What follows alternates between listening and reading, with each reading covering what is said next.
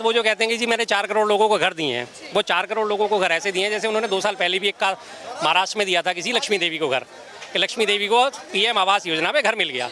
अगले दिन उसके बाद रिपोर्टर वहाँ पहुँचे इंक्वायरी करने, रिपोर्टर्स तो जाते ही हैं हमेशा। लक्ष्मी देवी को उन्होंने ढूंढ निकाला, लक्ष्मी देवी से पूछा जी आपका घर कहाँ है?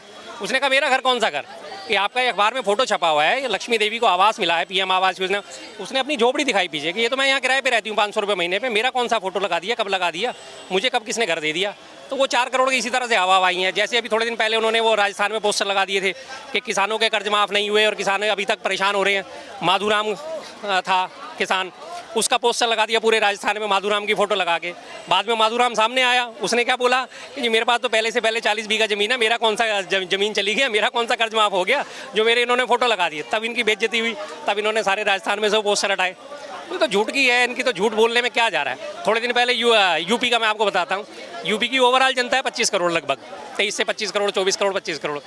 योगी जी का एक अखबार पे ऐड आया कि जी हमने 4 करोड़ शौचालय बनवा दिए यूपी में अकेले। अब आप हिसाब लगाइए कि एक फैमिली में करीब 5 लोग तो रहते होंगे यूपी में, यानी कि 4 पंजे 20, यानी कि 20 करोड़ लोगों को उन्होंने शौचालय बना के दे दिए। ओवरऑल जनता ही 25 करोड़, तो यानी कि जो लखनऊ, कानपुर, मेरठ, मुरादाबाद में जितने भी बड़े महानगर हैं यूपी के, वहाँ शौचालय ही नहीं थे किसी के पास।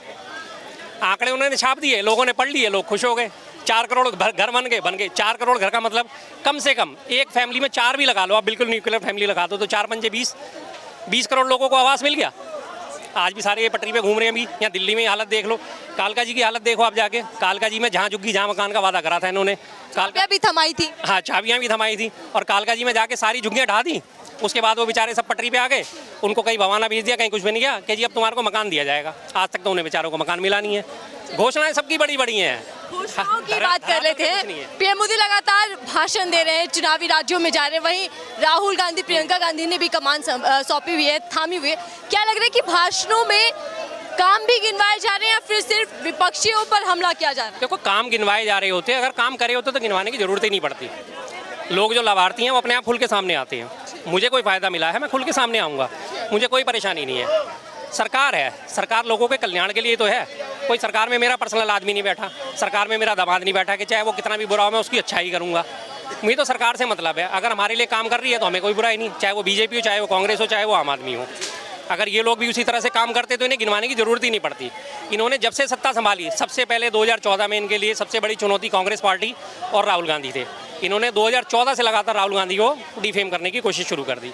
हजारों करोड़ रुपए उसको डिफेमेशन में लगा दिए। एक डीप फेक न्यूज़ जो उनकी चलाई थी, आलू से सोना बनाने वाली वीडियो, दुनिया भर में वो वायरल कर दी। इनके सारे ट्विटर हैंडल से, फेसबुक हैंडल से, इंस्टाग्राम से, सब पे आज तक वो वायरल है और अधिकांश लोगों को अभी तक भी नहीं पता कि वो बयान वास्तव में मोदी जी का था। तो क्या लगता है कि राहुल गांधी ने यात्रा की, भारत जोड़ो यात्रा पर निकले, उसके बाद कई राज्य जीत भी गए, उससे छवि में बदलाव आया, कुछ सीरियस नेता के तौर पर जनता? बिल्कुल, जिसको कहते हैं ना जुझारू नेता और जमीन से जुड़ा नेता, अब वो छवि उनकी हो चुकी है। उनकी भारत जोड़ो यात्रा का पहला असर आपने देखा हर तरह से। अब दूसरे अभी शुरुआत उनकी प्रस्तावित है, 13 नवंबर से सुन रहे हैं कि शायद शुरू हो जाएगी।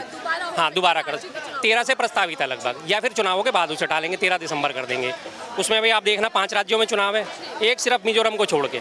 मिजोरम में अगर सरकार आएगी तो मिजो नेशनल फ्रंट और कांग्रेस की मिलीजुली आएगी।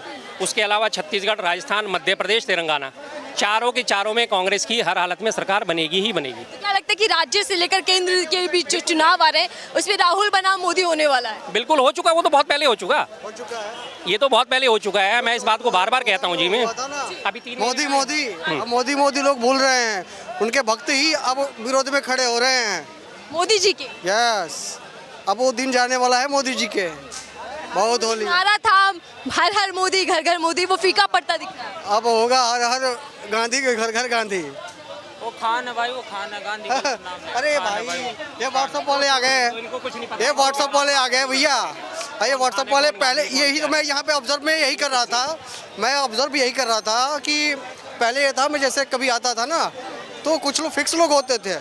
वो एक बंदा अगर राहुल के समर्थन में बोल रहा है ना तो वहाँ पे 5 लोग खड़े हो जाते थे, उसको मतलब परेशान करने लगते थे।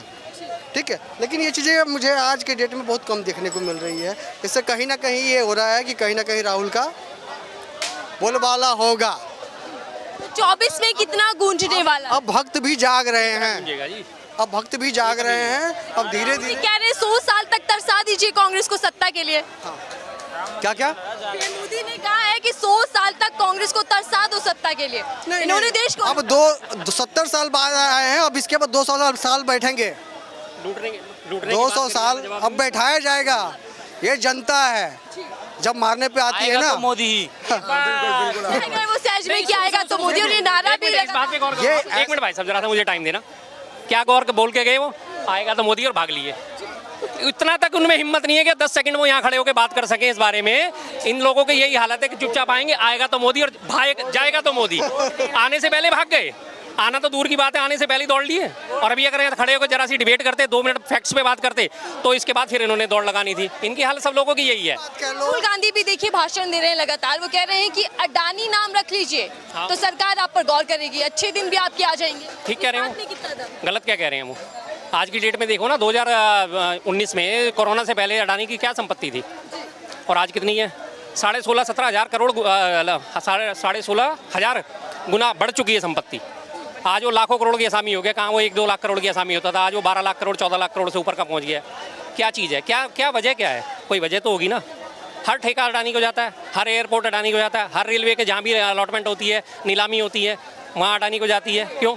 सरकार का टोटल फेलियर है ना। मौजूदा सरकार क्या अडानी के कंट्रोल में है, जैसे राहुल गांधी लगातार कह रहे हैं? ठीक कह रहे हैं, वो गलत नहीं कह रहे, पूरी तरह कंट्रोल में। लेकिन सरकार तो कह रही है कि गरीबों की सरकार है, कहाँ से गरीबों की जन सरकार? कल्याण योजनाएं गरीबों के लिए लाई जा रही कौन सी जन कल्याण योजनाएं हैं? है। बार बार राशन पीएम मोदी गिनवा रहे हैं, 5 साल के लिए अवधि बढ़ा दी एक गई बात है। बताइए आप मुझे, 2014 से पहले भी हमारी आबादी कितनी थी? करीब 120 करोड़, 130 करोड़, 35 करोड़ गिनी जाती थी। उस टाइम लोगों का पेट नहीं भर रहा था क्या? कुछ ना कुछ करके खा रहे थे ना लोग 2014 से पहले। 2014 के बाद से इन्होंने लगातार राशन बांटना शुरू करा। 5 किलो राशन देते हैं, 5 किलो गेहूं का मतलब हुआ 100 रुपये पर हेड वो दे रहे हैं। अगर एक फैमिली में 5 लोग हैं तो 500 रुपये महीने का वो राशन किसी एक आदमी को, फैमिली को दे रहे हैं। यानी कि वो क्या दे रहे हैं? 80 करोड़ लोगों को 8 पंजा 40, 400 करोड़ का राशन हर महीने दे रहे हैं वो। 80 करोड़ लोग हमारे भूखे मर रहे हैं एज पर गवर्नमेंट, जिनको वो राशन दे के पाल रहे हैं ताकि वो भूखे ना सोएं। तो ये तरक्की है या फेलियर है? और उधर जेपी नड्डा जो कि बीजेपी के अध्यक्ष हैं, वो ये भी दावा कर रहे हैं कि 13.5 करोड़ लोगों को गरीबी से बाहर निकाल तो दिया। 80 करोड़ और 13.5 यानी 93.5 करोड़ लोग गरीब थे हमारे भारत में 2014 तक, जब हमारी 5वीं अर्थव्यवस्था थी सबसे बड़ी, और विदेशी कर्ज मात्र 44 लाख करोड़ था। तब हमारे ज़्यादा बेटर अच्छे दिन थे या आज अच्छे दिन है, जब हमारा विदेशी कर्ज बढ़ के 156 लाख करोड़ हो गया है? और 13.5 को तो इन्होंने निकाल दिया, 80 करोड़ को अभी भी दे रहे हैं। 93.5 करोड़ लोग, इसका मतलब गरीब भारत में। तो बचा क्या भारत में भाई? अमीर कौन व्यवस्था रह की गया? बात की है आपने, हाँ। पीएम मोदी ने कहा है कि तीसरी बार मौका दे दीजिए, देश को तीसरे नंबर पे ले आएंगे, तीसरी बड़ी अर्थव्यवस्था। पूरी बात तो नहीं कहते ना, कर्ज में ले आएंगे वो। जितने प्रधानमंत्री, 14 प्रधानमंत्रियों ने मिलकर इतना कर्ज नहीं लिया 2014 तक, जितना वो अकेले 9 साल में लेके बैठ गए।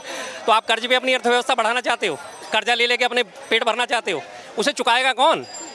कर्ज की बार बार बात उठती है, हर एक बंदा ये कहता है कि जी पाकिस्तान की आज हालत खराब है, पाकिस्तान भिखारी बन गया, कटोरा लेके बैठा है। पाकिस्तान क्यों भिखारी बना हुआ है, क्यों कटोरा लेके बैठा है? इंटरनेशनल मॉनेटरी फंड है, उसका उसने पैसा देना है, वर्ल्ड बैंक उसका उसने पैसा देना है, चीन का उसने पैसा देना है, भारत का उसने पैसा देना है, ब्रिटेन का उसने पैसा देना है, स्विट्जरलैंड का उसने पैसा देना है। तमाम देश है जिनका कर्जदार है पाकिस्तान। किस वजह से?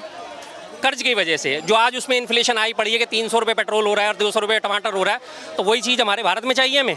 कर्जा ले लेके आप बढ़ाए जाओ। महंगाई, देखिए मैं अक्सर महंगाई बेरोजगारी को लेकर शो करती हूँ, जनता के बीच जाती हूँ, आखिर ये चुनावी मुद्दा क्यों नहीं बन पाता जबकि बेरोजगारी बढ़ती जा रही है? चुनावी मुद्दा तो बना पड़ा है ना, बीजेपी ने खुद सरेंडर करा है महंगाई पे।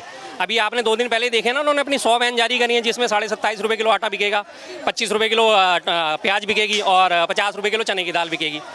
क्या मतलब है इसका? एक तरफ वो कहते हैं महंगाई नहीं है, दूसरी तरफ महंगाई से लड़ने के लिए वो लॉन्च कर रहे हैं अपनी वैन कि जिन पे सस्ते रेट पे आपको सामान दिया जाएगा। तो सीधा मतलब है ना कि महंगाई है। अगर महंगाई नहीं होती तो क्यों लॉन्च करते हो?